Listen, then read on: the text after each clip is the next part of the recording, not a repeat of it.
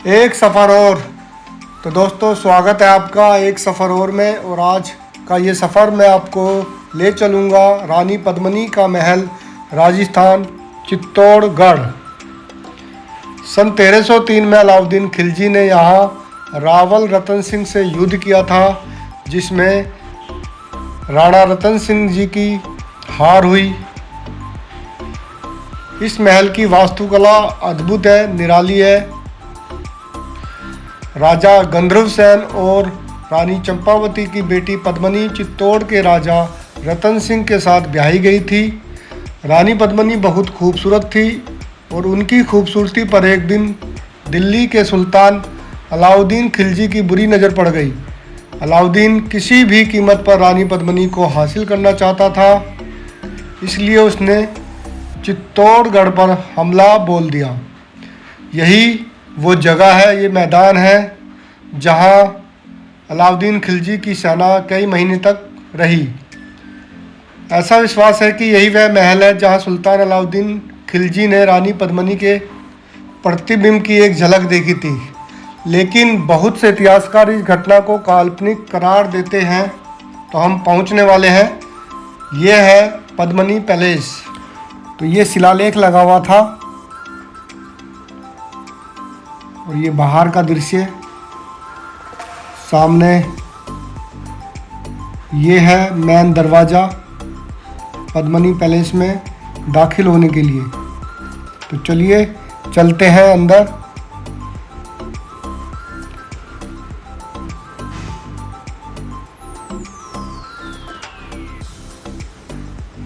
इतिहास प्रसिद्ध राणा रतन सिंह की खूबसूरत पत्नी रानी पद्मावती के नाम पर ही इस महल का नाम रखा गया। यह महल पद्मिनी तालाब की उत्तरी परिधि पर स्थित है। यह महल दो भागों में विभाजित है, एक जनाना महल और एक मर्दाना महल। ये अंदर बगीचा बहुत ही खूबसूरत है, सामने लंगूर।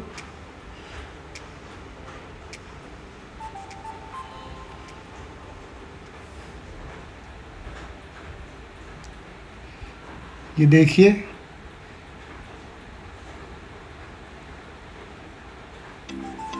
तो चलिए अंदर चलते हैं।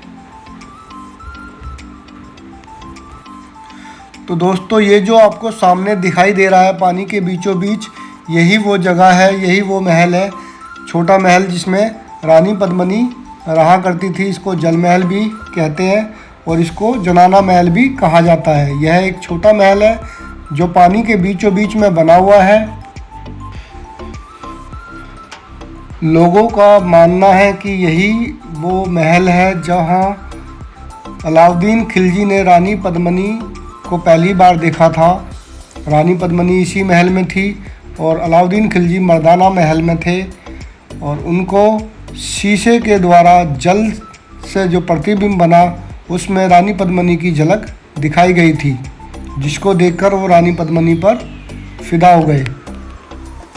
और ये मर्दाना महल की तरफ बगीचा बहुत ही खूबसूरत।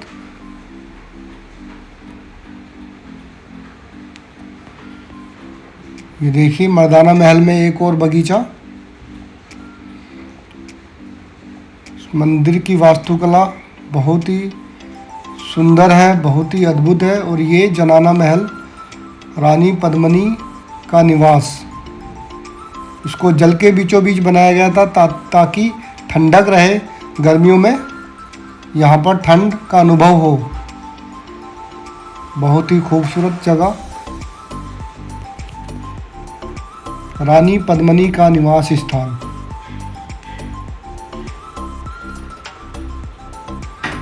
जल के बीचों बीच।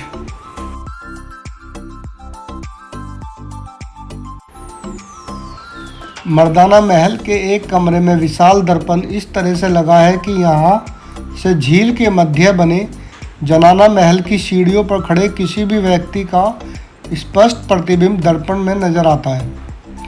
संभवतः अलाउद्दीन खिलजी ने यहीं खड़े होकर रानी पद्मिनी का प्रतिबिंब देखा होगा, लेकिन बहुत से इतिहासकार इस बात का खंडन करते हैं।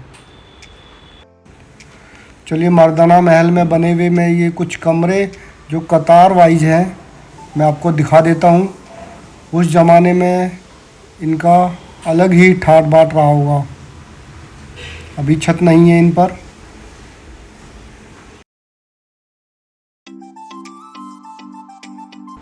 पद्मनी महल वो जगह है जहाँ पर राजपूत महिलाओं ने अपने प्राणों की आहुति दी थी। जब अलाउद्दीन खिलजी ने किले में घेराबंदी कर ली तो चित्तौड़गढ़ के संसाधनों में कमी आ गई।